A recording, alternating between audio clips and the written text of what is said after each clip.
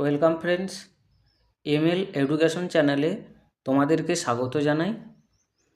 আজকের ভিডিওতে দ্বাদশ শ্রেণীর তৃতীয় semester BA, MA, MEd, SLST এবং নেট সেট স্তরের ক্ষেত্রে উপযোগী খুবই গুরুত্বপূর্ণ বিষয় শিক্ষাক্ষেত্রে স্বামী বিবেকানন্দের অবদান সম্পর্কে বিস্তারিতভাবে আলোচনা করব। ভিডিওটা খুবই গুরুত্বপূর্ণ হতে চলেছে। ভিডিওটা তোমরা প্রথম থেকে শেষ পর্যন্ত দেখতে থাকো আর এরকমই নিত্য নতুন ভিডিও পাওয়ার জন্য চ্যানেলটিকে সাবস্ক্রাইব করে রাখো। আর এখান থেকে তোমাদের এমসিকিউ প্রশ্ন কিংবা বড় প্রশ্ন যেমন প্রশ্নই আসুক, তো এই ভিডিওটা দেখলে এখান থেকে তোমরা অনায়াসে উত্তর করে দিতে পারবে। তো চলো শুরু করা যাক। ঊনবিংশ শতাব্দীতে ভারতে যেসব মহাপুরুষের আবির্ভাব ঘটে এবং যাদের মেধা ও ব্যক্তিত্ব ভারতের জাতীয় জীবনকে বিশেষভাবে প্রভাবিত করে, স্বামী বিবেকানন্দ তাঁদের মধ্যে অন্যতম। বিবেকানন্দের সংক্ষিপ্ত জীবনী। স্বামী বিবেকানন্দের প্রকৃত নাম ছিল নরেন্দ্রনাথ দত্ত। তিনি উত্তর কলকাতার বিখ্যাত দত্ত পরিবারে 1863 খ্রিস্টাব্দে জন্মগ্রহণ করেন। ছোটবেলা থেকে তিনি অত্যন্ত মেধাবী ছাত্র ছিলেন। 1881 খ্রিস্টাব্দে তিনি ঠাকুর শ্রী শ্রী রামকৃষ্ণ পরমহংসদেবের সংস্পর্শে আসেন। এরপর তাঁর মধ্যে আধ্যাত্মিক চেতনার বিকাশ ঘটে। 1893 খ্রিস্টাব্দে বিবেকানন্দ আমেরিকার শিকাগো শহরে বিশ্ব ধর্ম সম্মেলনে যোগ দেন। তাঁর বক্তব্য আমেরিকায় প্রভূত সাড়া ফেলে দেয়। তিনি আমেরিকাতে যে বক্তব্য রেখেছিলেন আর কি, সেই বক্তব্যটা আমেরিকায় প্রভূত সাড়া ফেলে দেয়। দীর্ঘ 4 বছর তিনি আমেরিকা ও ইউরোপে বেদান্ত ধর্ম প্রচার করেন। 1897 খ্রিস্টাব্দের 1 মে বিবেকানন্দ আর্তের সেবার লক্ষ্যে রামকৃষ্ণ মিশন প্রতিষ্ঠা করেন। রামকৃষ্ণ মিশন প্রতিষ্ঠা করেন কত খ্রিস্টাব্দে? 1897 খ্রিস্টাব্দের 1 মে। তিনি হিমালয় থেকে কন্যাকুমারিকা পর্যন্ত সমগ্র ভারত পরিভ্রমণ করেছিলেন। 1902 খ্রিস্টাব্দের 4 জুলাই মাত্র 39 বছর বয়সে এই মহান কর্মযোগীর জীবনাবসান হয়। বিবেকানন্দের শিক্ষা দর্শন। দার্শনিক তত্ত্বের বিচারে বিবেকানন্দ ছিলেন ভাববাদী। মানব জীবনের মূল লক্ষ্য হবে ব্রহ্মকে উপলব্ধি করা এবং উপযুক্ত শিক্ষার দ্বারাই ব্রহ্মকে উপলব্ধি করা সম্ভব। এই ভারতীয় ধ্যান ধারণার সঙ্গে তিনি পাশ্চাত্য ধ্যান ধারণার সমন্বয় ঘটান। তাঁর মতে আমাদের জাতীয় জীবনের মূল ভিত্তি ধর্ম ও আধ্যাত্মিকতা। ধর্ম ও আধ্যাত্মিকতাকে গুরুত্ব দিলেও তিনি শিক্ষাক্ষেত্রে পাশ্চাত্য বিজ্ঞানকে স্বাগত জানিয়েছেন। তিনি বলেছেন, আমাদের শিক্ষার অভিমুখ এমন হওয়া দরকার যাতে পাশ্চাত্যের বিজ্ঞানের সঙ্গে বেদান্তের মিলন ঘটানো সম্ভব হয়। ভারতবাসীকে প্রকৃত শিক্ষিত করতে হলে ও অগ্রগতির পথে নিয়ে যেতে গেলে পাশ্চাত্য জ্ঞান বিজ্ঞানের শিক্ষাকে আয়ত্ত করা প্রয়োজনীয় বলে তিনি মনে করেছেন। শিক্ষার লক্ষ্য প্রসঙ্গে Vivekananda. Aims of education according to Vivekananda. Vivekananda গতানুগতিক শিক্ষা ব্যবস্থার সমালোচনা করেছিলেন। তিনি শিক্ষাক্ষেত্রে বিপ্লবাত্মক পদক্ষেপ গ্রহণ করেন। তিনি মানুষ তৈরির শিক্ষা বা ম্যান মেকিং এডুকেশনের কথা বলেন। তিনি বলেন, শিক্ষা হলো সম্পূর্ণতার প্রকাশ যা মানুষের মধ্যে বর্তমান। Education is the manifestation of perfection already in man. অর্থাৎ মানুষের মধ্যে সম্পূর্ণতা পূর্ব থেকেই বর্তমান। শিক্ষা তাকে প্রকাশ করে। জ্ঞান প্রতিটি মানুষের মধ্যে সুপ্ত থাকে, তা বাইরে থেকে আসে না। আত্মা হলো অসীম জ্ঞানের উৎস। জ্ঞান মানুষের মধ্যে আবৃত থাকে, লুকিয়ে থাকে। একজন ব্যক্তি সহজেই তার অন্তর্নিহিত জ্ঞানকে আবিষ্কার করতে পারে। যখন এই আবরণ উন্মোচিত হয় তখন শিক্ষা শুরু হয়। শিক্ষার্থী হলো বিকশিত গাছের মতো। বিবেকানন্দের মতে শিক্ষা হলো ভিতরের সত্তার আবিষ্কার স্বরূপ। শিক্ষা বলতে কৃত্রিম উপায়ে তথ্য প্রদানকে বোঝায় না, এটি হলো ভেতর থেকে বিকাশ স্বরূপ। স্বামী বিবেকানন্দ শিক্ষার লক্ষ্য সম্পর্কে স্পষ্টভাবে তাঁর মতামত প্রকাশ করেন, যেমন 1. চরিত্র গঠনের জন্য শিক্ষা। 2. ব্যক্তির আত্মপ্রত্যয় গঠনের জন্য শিক্ষা। 3. আধ্যাত্মিক জীবন বিকাশের জন্য শিক্ষা। 4. মানব সেবার জন্য শিক্ষা। 5. ভ্রাতৃত্ববোধ বিকাশের জন্য শিক্ষা। 6. আত্মত্যাগের মর্ম উপলব্ধির জন্য শিক্ষা। 7. স্বয়ংসম্পূর্ণতা অর্জনের জন্য শিক্ষা, এবং 8 হচ্ছে দৈহিক বিকাশের জন্য শিক্ষা। শিক্ষার পাঠ্যক্রম। বিবেকানন্দ তাঁর শিক্ষা চিন্তায় তাত্ত্বিক ধারণার উপরই বেশি গুরুত্ব আরোপ করেছেন। তাই শিক্ষার পাঠ্যক্রম বা কারিকুলাম কী হবে সেই বিষয়ে একত্রে কোথাও আলোচনা করেননি, কিন্তু বিভিন্ন ক্ষেত্রে আলোচনা প্রসঙ্গে তিনি যে মন্তব্যগুলি করেছেন তার থেকে শিক্ষার বিষয়বস্তু কী হওয়া উচিত সে বিষয়ে তার মতামত অনুমান করা যেতে পারে। তিনি এই অভিমত ব্যক্ত করেছেন যে ভারতীয় নাগরিকদের জন্য সর্বজনীন শিক্ষা ব্যবস্থা করা হবে, তার পাঠ্যক্রমের ভিত্তি হবে জাতীয় সংস্কৃতি এবং তা হবে সামাজিক প্রয়োজন ভিত্তিক। তাই তিনি পাঠ্যক্রম রচনার ক্ষেত্রে কতকগুলি বিষয়ের উপর গুরুত্ব আরোপ করার পরামর্শ দিয়েছেন, যেমন 1. শিক্ষার পাঠ্যক্রমে শিক্ষার্থীর আধ্যাত্মিক বিকাশের উপর গুরুত্ব দিয়ে ধর্মীয় শিক্ষার প্রবর্তন। 2. শিক্ষার মাধ্যম হবে মাতৃভাষা এবং বিষয়বস্তুর মধ্যে মাতৃভাষা চর্চার সুযোগ থাকবে। 3. যেহেতু ভারতীয় চিন্তাধারার মূল বিষয়গুলি সংস্কৃত ভাষায় রচিত সেহেতু সংস্কৃত শিক্ষার ব্যবস্থা থাকবে পাঠ্যক্রমে। 4. শিল্প সম্বন্ধে বিজ্ঞানসম্মত ধারণা দেওয়া হবে যার মাধ্যমে স্বদেশী শিল্প সমৃদ্ধ হবে। 5. ইংরেজি ভাষা ও পাশ্চাত্য বিজ্ঞানের জ্ঞান সম্পর্কে বিবেকানন্দের কোনো গোঁড়ামি ছিল না, তাই তিনি শিক্ষার পাঠ্যক্রমে আধুনিক বিজ্ঞান অন্তর্ভুক্ত করার পরামর্শ দিয়েছেন। 6. এছাড়া ইতিহাস, ভূগোল ইত্যাদির মতো প্রথাগত বিষয়গুলিকেও পাঠ্যক্রমের অন্তর্ভুক্ত করার পরামর্শ দিয়েছেন। বিবেকানন্দ শিক্ষার পাঠ্যক্রমকে এমনভাবে সংগঠিত করার কথা বলেছেন যাতে প্রত্যেক শিক্ষিত নাগরিক ভারতীয় প্রাচীন আদর্শে অনুপ্রাণিত হয় এবং একই সঙ্গে আধুনিক বিজ্ঞানের তথ্যাবলী সম্পর্কে জ্ঞাত হয়ে পাশ্চাত্য দেশের নাগরিকের মতো সমান কর্মদক্ষতার অধিকারী হয়। শিক্ষার পদ্ধতি। বিবেকানন্দ শিক্ষার কৌশল বা শিক্ষণ পদ্ধতি হিসেবে স্বয়ং শিক্ষার বা সেলফ এডুকেশনের উপর গুরুত্ব আরোপ করেছেন। তিনি মনোবিজ্ঞানসম্মত নিয়ম প্রবর্তনের পক্ষপাতী ছিলেন। প্রত্যেক শিক্ষার্থী তার নিজের নিয়মে বিকাশ লাভ করবে, জোর করে তার উপর কিছু আরোপ করলে তার ফল খারাপ। তিনি বলেছেন মনকে কেন্দ্রীভূত করে যে কোনো বস্তুর উপর প্রয়োগ করলে তাকে লাভ করা যায়, অর্থাৎ মনের কেন্দ্রায়নই হবে শিক্ষার একমাত্র কৌশল। তিনি এই প্রসঙ্গে বলেছেন মনকে কেন্দ্রীভূত করার জন্য যে শক্তির দরকার তা শিক্ষার্থীদের মধ্যে আসবে ব্রহ্মচর্য পালনের মধ্য দিয়ে। শিক্ষকের ভূমিকা প্রসঙ্গে বিবেকানন্দের শিক্ষাক্ষেত্রে শিক্ষকের ব্যক্তিসত্তার উপর গুরুত্ব দিয়েছিলেন। শিক্ষক এবং শিক্ষার্থীর ব্যক্তিগত সংযোগ রক্ষার মাধ্যমে প্রকৃত শিক্ষা অর্জন করা সম্ভব। এই উদ্দেশ্যের জন্য তিনি প্রাচীন গুরুকুল শিক্ষা ব্যবস্থার পুনরুত্থাপনের উল্লেখ করেন। তিনি বলেছেন আমার মতে শিক্ষা হলো গুরুগৃহে বাস করা। তিনি মনে করেন শিক্ষক শুধুমাত্র পরামর্শ দেবেন, শিক্ষাদান করবেন না। স্বামীজি আত্মশিক্ষণ বা আত্মশিক্ষণের কথা বলেছেন। প্রতিটি শিক্ষার্থীর মধ্যেই সুপ্ত সম্ভাবনা বিদ্যমান, জ্ঞান তার মধ্যে অন্তর্নিহিত রয়েছে, শিক্ষার মধ্য দিয়ে তা স্ফুরণ ঘটে। বিবেকানন্দ শিক্ষাক্ষেত্রে শিক্ষার্থীদের স্বাধীনতা দানের ব্যাপারে অন্যতম সমর্থক ছিলেন, কারণ তিনি বিশ্বাস করেন বিকাশের প্রথম শর্ত হল স্বাধীনতা। শিক্ষক শিক্ষার্থীদের উপর কোনো চাপ সৃষ্টি করবেন না, শিক্ষা শিশুদের চাহিদার উপর ভিত্তি করে গড়ে উঠবে। তিনি শিক্ষার মূল কেন্দ্রে শিশুকে স্থান দিয়েছেন। শিশু হলো জ্ঞানের ভাণ্ডার, জ্ঞান তার মধ্যে রয়েছে। বিবেকানন্দ এই আভ্যন্তরীণ জ্ঞানের স্ফুরণের উপর জোর দিয়েছেন। যতক্ষণ না পর্যন্ত ভিতরের শিক্ষক জেগে উঠছে ততক্ষণ পর্যন্ত বাইরে থেকে সব শিক্ষণ ব্যর্থ হয়। সেই সঙ্গে তিনি শিক্ষকের চরিত্র, ব্যক্তিগত জীবনের গুরুত্বের উপর দৃষ্টিপাত করেছেন।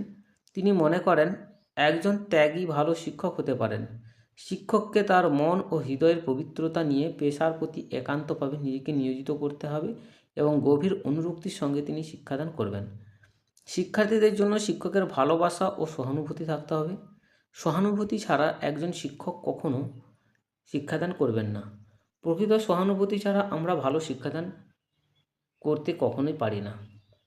গণশিক্ষা প্রসঙ্গে বিবেকানন্দ সর্বজনীন গণশিক্ষা বিস্তারের উপর অধিক গুরুত্বদান করেছেন। গণশিক্ষা ছাড়া আমাদের দেশে আকাঙ্ক্ষিত আর্থসামাজিক পরিবর্তন সম্ভব হবে না। তাঁর মতে শিক্ষা হলো প্রতিটি মানুষের জন্মগত অধিকার। তাঁর মতে আমাদের সমস্ত প্রতিকূলতার মূল কারণ হলো দারিদ্র্য। শিক্ষা হলো একমাত্র প্রতিকারের উপায় যার মাধ্যমে দেশের দরিদ্র অবস্থার উন্নয়ন ঘটানো যায়।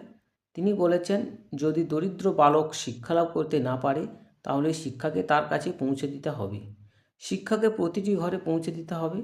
বিবেকানন্দ ধর্মনিরপেক্ষ শিক্ষাকে সমর্থন করতেন এবং শিক্ষক রূপে আত্মত্যাগী সন্ন্যাসীদের কাজ করার জন্য তিনি অনুরোধ করেন। তিনি চেয়েছিলেন শিক্ষার মাধ্যমে জনগণের দারিদ্র্য দূরীভূত হোক। এই দৃষ্টিকোণ থেকে বলা যায় বিবেকানন্দ ছিলেন একজন সত্যকারের জাতীয়তাবাদী নেতা এবং মহান ঋষি।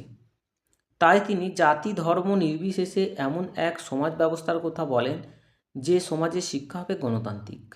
তাঁর মতে ধর্মনিরপেক্ষ শিক্ষা গণতান্ত্রিক শিক্ষার মূল ভিত্তি। তিনি বলেন, ধর্মের অর্থ উপলব্ধি। কোনো বিশেষ গ্রন্থ আমাদের ধার্মিক করে তুলতে পারে না। দরিদ্রের সেবা করাই হলো প্রকৃত ধর্ম। নারী শিক্ষা প্রসঙ্গে বিবেকানন্দ নারী শিক্ষার ও নারী মুক্তির অন্যতম কর্ণধার ছিলেন। তিনি আমেরিকা, ইংল্যান্ড, জাপানের মতো উন্নয়নশীল দেশে পুরুষদের সঙ্গে নারীদের একসঙ্গে কাজ করতে থেকে অনুপ্রাণিত হন এবং জাতীয় উন্নয়নের ক্ষেত্রে এই দৃষ্টিভঙ্গি যে গুরুত্বপূর্ণ তা তিনি স্বীকার করেন। বিবেকানন্দ ভারতীয় নারীদের দুঃখ দুর্দশাজনক পরিস্থিতি দেখে ব্যথিত হন। স্বামীজি বিশ্বাস করতেন যে নারীদের প্রকৃত সম্মান ও তাদের মর্যাদা উন্নয়নের মধ্য দিয়ে একটি দেশের উন্নতি হতে পারে। তিনি বলেন, যে পরিবার বা দেশে নারীদের কোনো শিক্ষা নেই এবং যেখানে তারা দুঃখের মধ্য দিয়ে জীবন অতিবাহিত করে, সেই পরিবার বা দেশের উন্নয়নের কোনো আশা নেই। এই কারণে তাদের প্রথম জাগিয়ে তুলতে হবে। বিবেকানন্দ নারীদের জন্য বিনয়ী, মার্জিত আদর্শের সমর্থক ছিলেন। তাঁর কাছে সীতা হলো পবিত্রতার প্রতীক। তাই ভারতীয় নারীদের সীতার আদর্শ অনুসরণ করার শিক্ষা গ্রহণ করতে হবে। তিনি বলেছিলেন, ওহে ভারতবর্ষ, সীতা, সাবিত্রী ও দময়ন্তী নারীত্বের আদর্শ ভুলে যেও না। ভারতীয় সংস্কৃতি এবং গার্হস্থ্য জীবনের গুণাবলীর উপর তার সম্পূর্ণ বিশ্বাস ছিল। তিনি ভারতীয় জীবনধারার পরিপ্রেক্ষিতে নারী শিক্ষা চেয়েছিলেন। তিনি ভারতীয় নারীদের সামনে ঝাঁসি রানী লক্ষ্মীবাই এর সাহসিকতার উদাহরণ তুলে ধরেন। নারী শিক্ষার জন্য তিনি কয়েকটি আধুনিক কর্মসূচির উল্লেখ করেন, যেমন 1. চরিত্র গঠন শিক্ষাদানের অন্যতম উদ্দেশ্য। 2. ইতিহাস, পুরাণ, গৃহস্থলীর কাজ, পারিবারিক জীবনের দায়িত্ব পালন প্রভৃতি যেগুলি চারিত্রিক বিকাশের উপযোগী সেগুলি শেখানো হবে। 3. সেলাই, রন্ধনবিদ্যা, গৃহস্থালির কাজের নিয়ম, শিশুপালন প্রভৃতিও শেখানো হবে। 4. শিক্ষণের অন্যতম অংশ হিসেবে থাকবে পূজা অর্চনা, জপ করা, ধ্যান প্রভৃতি। এগুলির পাশাপাশি নির্ভীকতা এবং বীরত্বের শিক্ষাও দান করা হবে।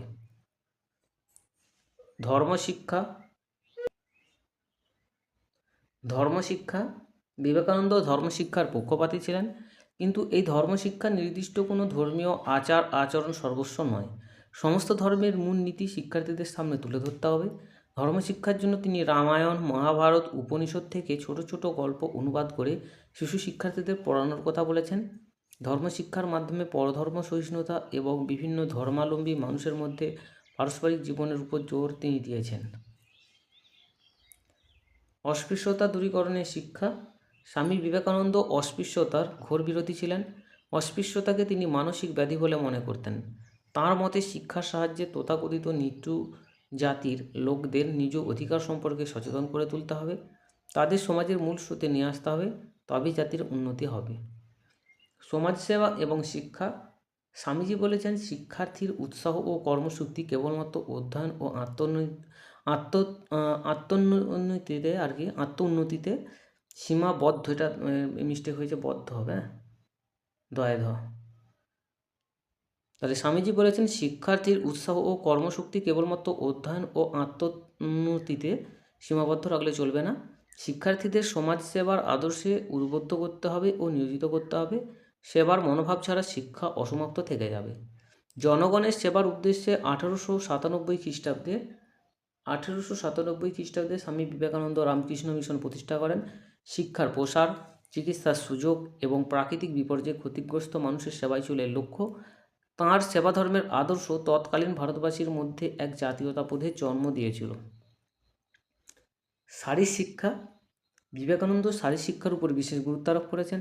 তাঁর মতে গীতা পাঠের থেকে ফুটবল খেলা ভালো, কারণ শরীরকে মজবুত না করলে কোনো কিছুতেই মনোসংযোগ করা যায় না। এজন্য কুস্তি, খেলাধুলা ও যোগব্যায়াম অভ্যাসের প্রয়োজনীয়তা আছে। কারিগরি শিক্ষা কারিগরি শিক্ষা সম্পর্কে বিবেকানন্দের বক্তব্য হলো, এই শিক্ষার বিকাশ ঘটলে ছাত্ররা কেবল চাকরির খোঁজে ছুটে বেড়াবে না, বরং নিজেরাই নানা ধরনের হস্তশিল্পজাত দ্রব্য উৎপাদন করে অর্থ উপার্জন করতে সক্ষম হবে। শিক্ষার মধ্য দিয়ে প্রতিটি শিক্ষার্থীকে স্বাবলম্বী করে গড়ে তোলার জন্য তিনি বৃত্তিমুখী শিক্ষার উপর গুরুত্ব আরোপ করেন। সার্বজনীন ভ্রাতৃত্ববোধ সম্পর্কে বিবেকানন্দ সার্বজনীন ভ্রাতৃত্ববোধের অন্যতম প্রবক্তা ছিলেন। শুধু জাতীয় স্তরে নয়, আন্তর্জাতিক স্তরেও তিনি ছিলেন অন্যতম নেতা। মানুষের প্রতি তাঁর ভালোবাসা ভৌগোলিক সীমার মধ্যে আবদ্ধ ছিল না। তিনি সর্বদাই সমস্ত জাতির সুসম্পর্ক এবং ঐক্যের জন্য প্রার্থনা করতেন। তিনি বলেছিলেন, শিক্ষার মাধ্যমে আমরা সার্বজনীন ভ্রাতৃত্বের আদর্শে পৌঁছাতে পারব। প্রতিটি মানুষ এবং প্রতিটি পশুর মধ্যে একই একই মমতা সম্পন্ন আত্মা বিরাজ করে। এটা ক্ষমতা হবে, ঠিক আছে, একই ক্ষমতা সম্পন্ন, এটা একটু মিস্টেক হয়ে গেছে, মধ্যে একই ক্ষমতা সম্পন্ন আত্মা বিরাজ করে। এক্ষেত্রে পার্থক্য আত্মার নয়, পার্থক্য প্রকাশের। এর থেকে বলা যায় তাঁর আন্তর্জাতিকতা ছিল আধ্যাত্মিক স্তরের এবং সর্বজনীন সত্তার বেদান্ত নীতির ভিত্তিতে প্রতিষ্ঠিত। তিনি গর্বের সঙ্গে বলতেন, আমি একজন ভারতীয়, প্রতিটি ভারতীয় আমার ভাই। বিবেকানন্দ শিক্ষার অন্যতম গুরুত্বপূর্ণ লক্ষ্যের কথা উল্লেখ করেন, তা হলো মানুষের মধ্যে অবস্থিত ঈশ্বরের সেবা করা। কোনো প্রতীক বা প্রতিরূপরূপে ঈশ্বর সেবা নয়। দুর্বল, দরিদ্র, অবহেলিত, নিপীড়িত প্রত্যেক মানুষের মধ্যে ভগবান বা ঈশ্বর রয়েছেন। স্বামীজির নিজের ভাষায়, যদি তুমি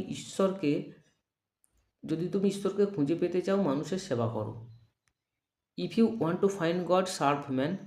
তাই তিনি সেই শিক্ষার কথা বলেন, যে শিক্ষা ব্যক্তির নিজস্ব প্রাথমিক চাহিদাগুলি পূরণ করতে পারবে। বিবেকানন্দ শিক্ষার সমস্ত দিকগুলিকে স্পর্শ করেছিলেন।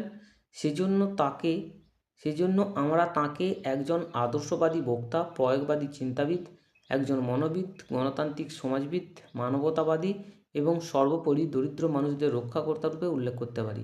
তিনি একমাত্র মানুষ যিনি পরম সত্যার আলোকে দেশবাসীকে কুসংস্কার মুক্ত করে আত্মোপলব্ধিতে সমর্থ করেন। বিবেকানন্দ ছিলেন একজন মহান শিক্ষাবিদ, কারণ শিক্ষার সমস্ত ক্ষেত্রে তিনি বিপ্লব সৃষ্টি করেছিলেন। শিক্ষা সম্পর্কে তার বিপ্লবাত্মক ধারণার দ্বারা লক্ষাধিক যুব সমাজ অনুপ্রাণিত হয়েছিল। শুধু তাই নয়, জাতীয়তাবাদ ধারণার ক্ষেত্রে তিনি নতুন উদ্যমের সঞ্চার করেন। তিনি জাতীয় সংস্কৃতির ধারার উপর ভিত্তি করে জাতীয় শিক্ষার রেখাঙ্কন করেন।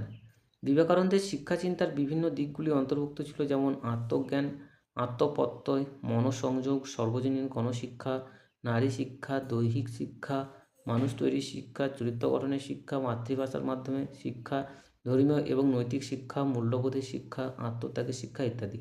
গুরুর প্রতি শ্রদ্ধা নিবেদনের এক মহান অবদান হলো বেলুড় মঠে রামকৃষ্ণ মিশনের মূল কেন্দ্র প্রতিষ্ঠা। মিশন তার প্রতিষ্ঠার সূচনা লগ্ন থেকেই ভারতবর্ষে এবং বিদেশে উত্তাপ সেবামূলক কাজ চালিয়ে যাচ্ছে। সেই সঙ্গে নানাবিধ মানবতামূলক কাজেও এই মিশন উল্লেখযোগ্য ভূমিকা পালন করে চলেছে। স্বামীজির শিক্ষা বর্তমান শিক্ষা ব্যবস্থার পরিপ্রেক্ষিতে পুনরুজ্জীবনের মতো আমাদের জীবনকে প্রভাবিত করেছে। আধুনিক শিক্ষা তাঁর মহান আদর্শ ও বাণীর কাছে প্রকৃতভাবে ঋণী। এমনকি জাতীয় আদর্শের পথপ্রদর্শক রূপে তিনি এক উজ্জ্বল দৃষ্টান্ত।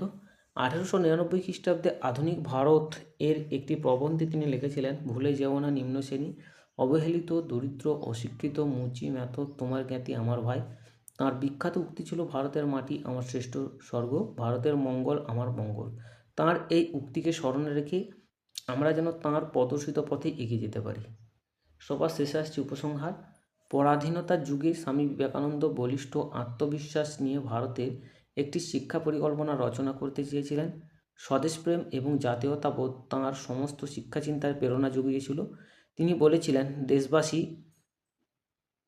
আমাদের প্রধান উপাস্য দেবতা, তাদের পূজায় আমাদের সর্বপ্রথম কাজ। তিনি জনশিক্ষা ও নারী শিক্ষার উপর বিশেষ গুরুত্ব দিয়েছেন। তিনি অস্পৃশ্যতা, কুসংস্কার, অজ্ঞতাকে নির্বাসন দিতে এবং প্রাচীন গুরুগৃহের আদর্শে শিক্ষার্থীর চরিত্র গঠন করতে চেয়েছেন। তাঁর শিক্ষা পরিকল্পনায় ভারতীয় বেদান্ত দর্শনের সঙ্গে পাশ্চাত্য বিজ্ঞানের সমন্বয় করেছে। তিনি অশেষ প্রত্যয় নিয়ে বলেছেন, ভারত আবার উঠিবে, কিন্তু জ্বরের শক্তিতে নয়, চৈতন্যের শক্তিতে। বিনাশের বিজয় পতাকা লইয়া নয়, শান্তি ও প্রেমের পতাকা লইয়া। তো এই ছিল তোমাদের দ্বাদশ শ্রেণী তৃতীয় semester BA, MA, MEd, SLST এবং নেট সেট স্তরের ক্ষেত্রে গুরুত্বপূর্ণ বিষয় স্বামী বিবেকানন্দের অবদান, শিক্ষাক্ষেত্রে স্বামী বিবেকানন্দের অবদান সম্পর্কে বিস্তারিতভাবে আলোচনা। তো এখানেতেই ভিডিও শেষ করছি, পরের এপিসোডে আবার দেখা হবে। ভিডিওর মধ্যে কোথাও ভুল হয়ে থাকলে কমেন্ট করে অবশ্যই জানিয়ে দেবে।